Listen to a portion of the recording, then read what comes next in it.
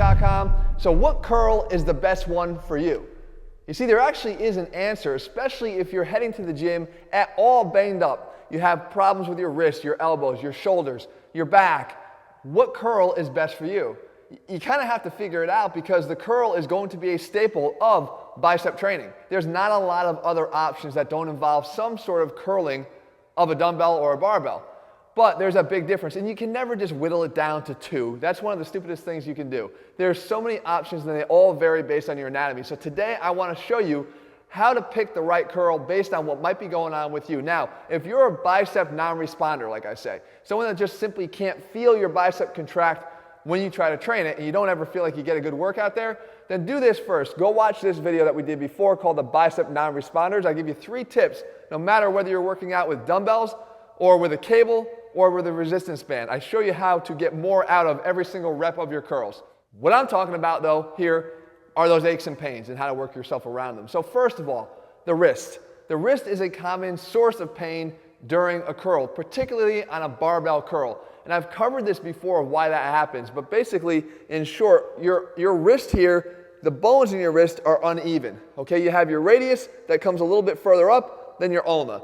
And in between the ulna and the rest of your carpal bones, you have a little disc of cartilage that's meant to try to help level off the difference that was created by that little bit longer radius.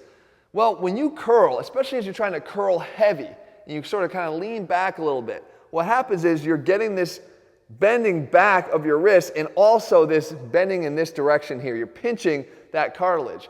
So we can avoid that by getting rid of the straight bar, obviously, but if you still want to be able to do your straight bar curls, you can do it with less weight so you're not having to lean back. Now, I'm a big proponent of doing cheat curls, but if wrist pain is something you're dealing with now, you don't want to do that. So the other thing we could do, obviously, is something called the easy bar curl. Now, someone smart came up a long time ago with the idea of bending the bar in a certain configuration here that allowed us to not have to have our wrist forced to be in this position, but allow them to be a little bit more neutral.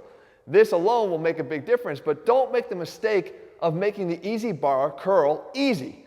Load up that sucker and make it a heavy easy bar curl just like you would with a straight bar curl so you can continue to see the gains without the pain in your wrist. Of course, you could always use dumbbells too and just mimic the same positioning. Instead of holding your dumbbells like this, get them in this position here. But again, don't forget, you still want to get some supination up at the top as I'm showing you here to make sure that you're not missing out on the full benefit and function of the biceps.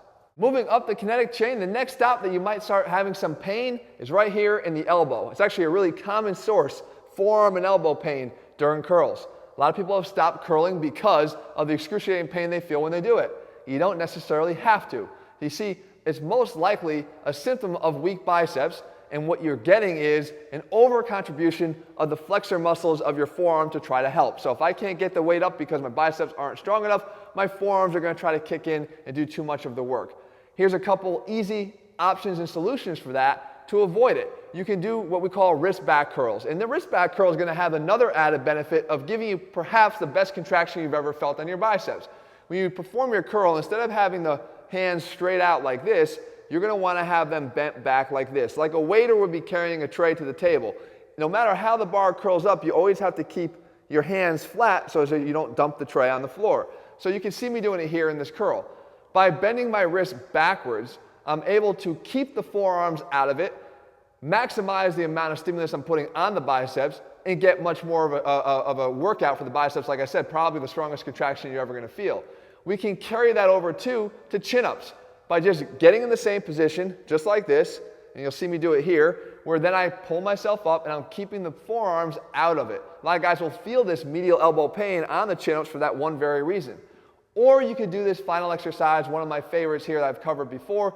It's a drag curl. And the drag curl is naturally going to keep your wrists bent back a little bit. Your arms are going to go back behind your body just a little bit more, and you'll be able to actually target the long head of your bicep a little bit as well. So 3 different options for you if you're dealing with elbow pain, but you won't have to stop doing all your bicep curls altogether. Next up, one that I know all too well, shoulder pain.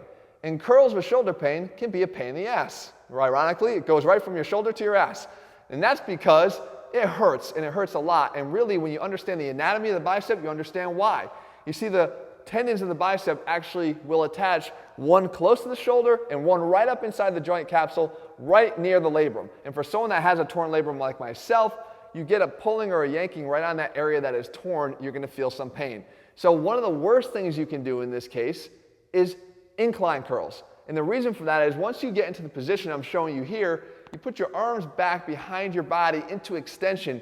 Already it's pulling down on that shoulder, right inside on that capsule where you have the injury. This could also apply if you have a rotator cuff tendonitis. You could feel the same discomfort here. And your ability to generate force and power out of that pre-stretched position, which is why you're doing it in the first place, is greatly diminished. So you're even not getting the benefits of what you'd be doing that exercise for in the first place. If you have healthy shoulders, it's a great exercise. But if you're someone that's dealing with some pain there, you might want to look for something else. And the alternatives would be try to flip that positioning around. Instead of having your biceps and your arms back behind your body, pick exercises that allow you to get your arms in front of your body. And some of my favorite here are a spider curl, done ironically on an incline bench, but done the other way, facing it as opposed to laying on it.